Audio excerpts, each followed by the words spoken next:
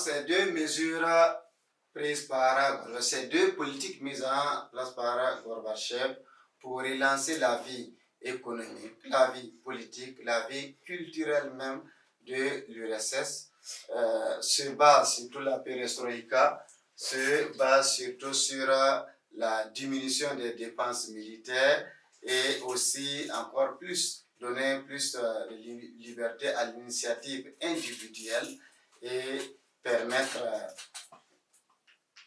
aussi de revoir la direction même économique de l'URSS, de faire une ouverture encore vers les Occidentaux pour pouvoir bénéficier des capitaux, mais également de certaines matières premières, des céréales, ainsi de suite.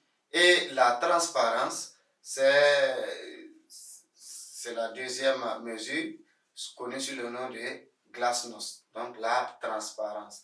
La transparence établit la liberté d'expression. Donc la critique devient maintenant possible, critiquer le système communiste, critiquer même la gestion de l'URSS, ainsi de suite, chose qui n'était pas possible, est devenue possible maintenant avec la glasnost mise en place par Gorbatchev. Donc avec la possibilité de critiquer les intellectuels, tout le monde, les gens vont critiquer encore, même le passé de l'URSS est critiqué. On va critiquer le système communiste, la gestion politique de Gorbatchev, ainsi de suite. Et aussi la perestroïka, qui est une restructuration de l'architecture économique mise en place selon le modèle communiste, va entraîner des conséquences énormes. C'est vrai que au départ, c'est une volonté d'ouverture, d'apaisement, de détente avec les Occidentaux pour pouvoir reconstruire l'URSS. Mais ici, cela n'a pas eu les résultats attendus.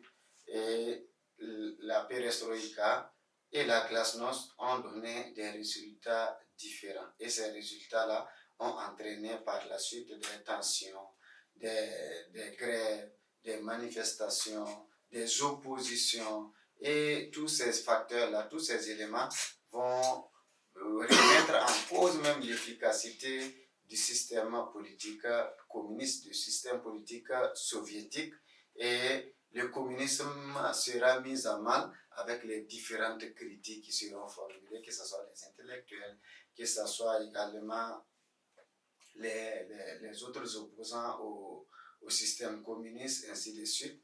Et cela va avoir raison par la suite même de Gorbatchev, mais aussi du système communiste de façon générale.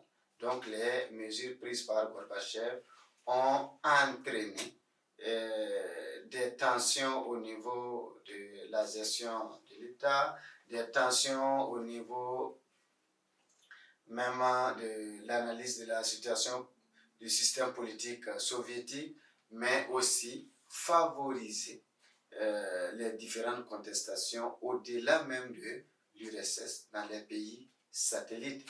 Donc l'image du communisme n'est plus celle qu'on a connue pendant la guerre froide jusqu'au niveau de la détente. L'image s'est détériorée et le communisme maintenant est remis en cause dans plusieurs États, que ce soit à l'URSS, mais aussi hors de l'URSS. Après l'analyse des causes politico-idéologiques, il y a maintenant l'analyse des causes économiques. Donc, les causes économiques de la dislocation du bloc de l'Est.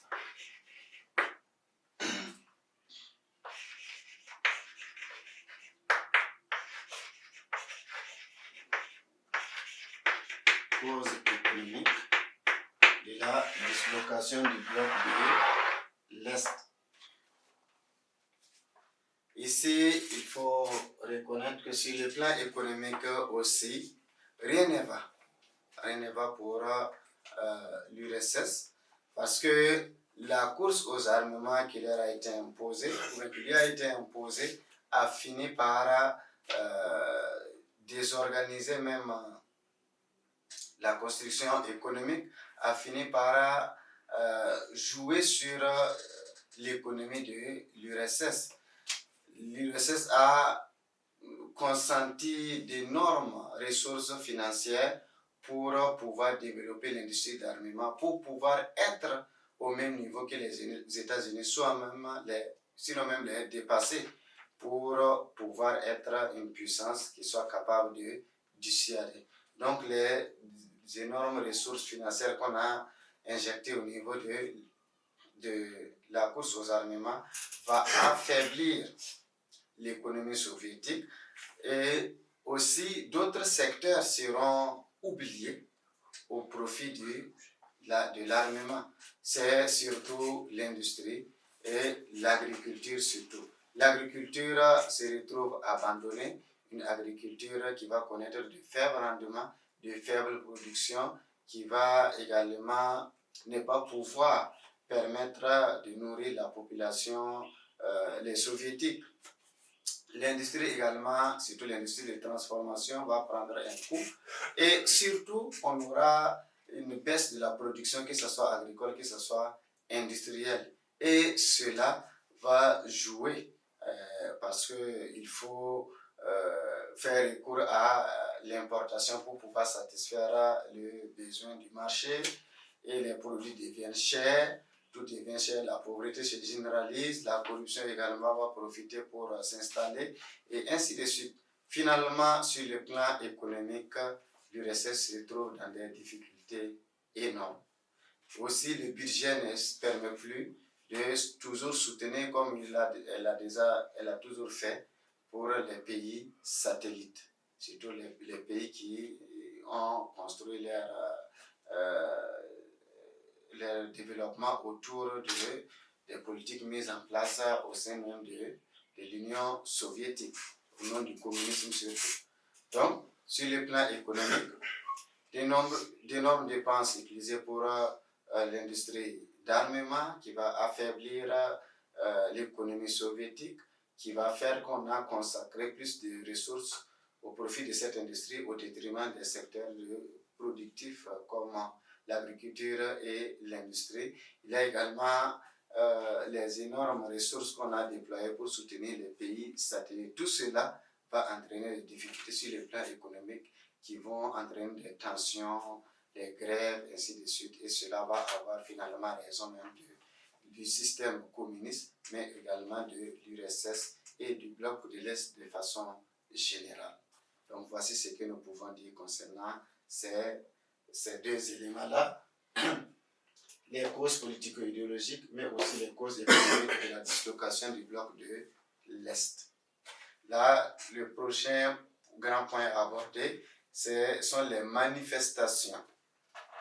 Les manifestations de la dislocation du bloc de l'Est, le grand 2.